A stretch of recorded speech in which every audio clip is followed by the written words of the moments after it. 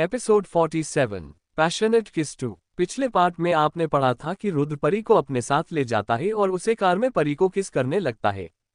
अब आगे राघव दिशा को चुप करा रहा था, पर दिशा है कि चुप हो ही नहीं रही थी। वो काफी डरी हुई थी। उसने लाइफ में पहली बार सामने से ये सब लड़ाई देखी थी।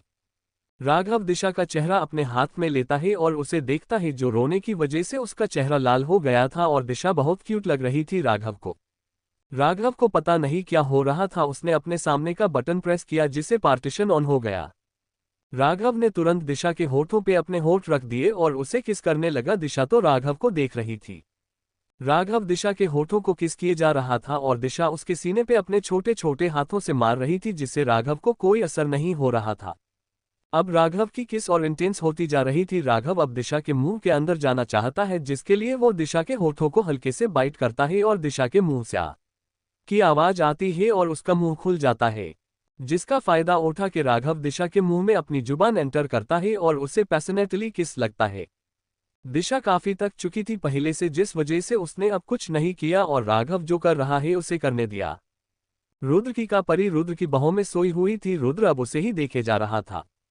परी हल्का सा मूव हुई, जिससे परी के गाल रुद्र के चेस्ट से टच हुए। रुद्र के शर्ट के बटन खुले होने के कारण परी के गाल रुद्र के चेस्ट से टच हुए।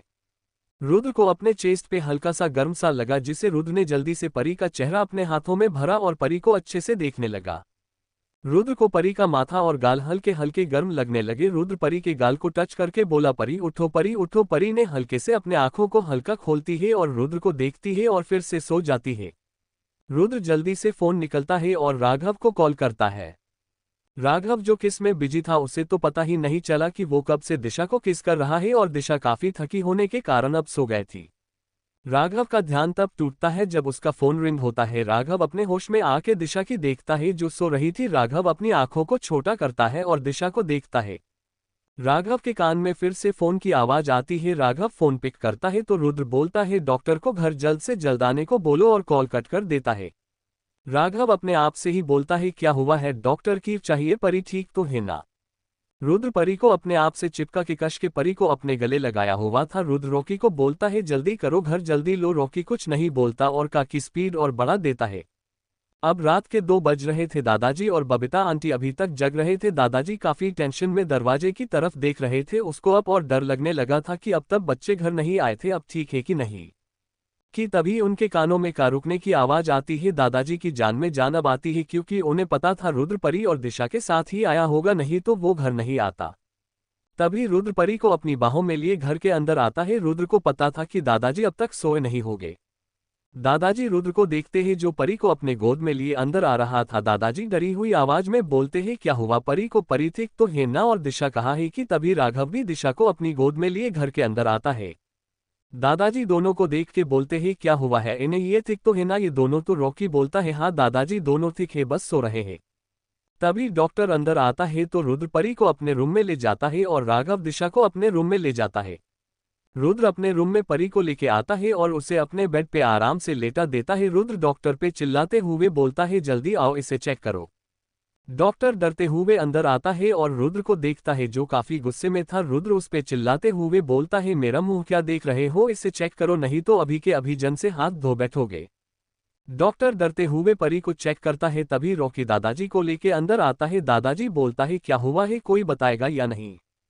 डॉक्टर बोलता है, सब ठीक है, बस डर की वजह से बुखार आया है, सब ठीक है, मैं इन्हें अभी एक इंजेक्शन देता हूँ जिनसे इनका बुखार कम हो जाएगा। डॉक्टर परी को एक इंजेक्शन देता है और बोलता है, कल सुबह भी इन्हें एक इंजेक्शन देना होगा ताकि इन्हें फिर से बुखार ना आए। दादाजी बोलते हैं, ठीक है। तो डॉक्टर बोलता है, अब मैं चलता हूँ, कल सुबह आता हूँ। तो रॉकी डॉक्टर को छोड़ने बाहर जाता है। दादाजी परी को एक नज़र देखते हैं। परी उन्हें सही सलामत दिखती है तो वो रुद्र के कमरे से बाहर आते हैं और राघव की कमरे की ओर जाते हैं। दादाजी राघव के कमरे में आते हैं और दिशा को देखते हैं जो सो रही थी। दादाजी दिशा को सही सलामत देख के चैन की सांस लेते हैं और अपने मन में बोलते हैं, अच्छा हुआ मेरी दोनों बच्चियां सही सलामत है। राघव और रॉकी दादाजी के पास आते हैं तो राघव बोलता है, क्या हुआ दादाजी। दादाजी बोलते हैं, तुम तीनों अभी के अभी नीचे आओ। इतना बोलकर दादाजी नीचे चले जाते हैं। 5 मिनट बाद दादाजी सोफे पे बैठे थे और रुद्र, राघव और रॉकी उनके बगल में बैठे थे। दादाजी बोलते हैं, परी और दिशा को किसने किडनैप किया था। ये सुनती राघव और रॉकी रुद्र को देखने लगते ही रुद्र उन दोनों को इशारा करता है कि मत बताना, तभी दादाजी बोलते ही कुछ पूछ रहा हूं, बताओगे? रुद्र बोलता है दादाजी वो दोनों ठीक है ना, अब तो आप जाए आराम कीजिए, मैं सब देख लूंगा। दादाजी बोलते हैं बताओगे कि नहीं, जल्दी बताओ किसने किया था किडनैप? क्या है राज की? नहीं, रुद्र दादाजी को राका का नाम नहीं बता रहा है कि राका ने किया था परी को किडनैप। क्या है ये राज? आज का चैप्टर कैसा लगा मुझे जरूर बताना और लाइक में कर दो और कमेंट भी करके बताना जरूर। Okay bye, thanks. Please subscribe my channel DK story world. पृथ्वी पृथ्वी पृथ्वी पृथ्वी।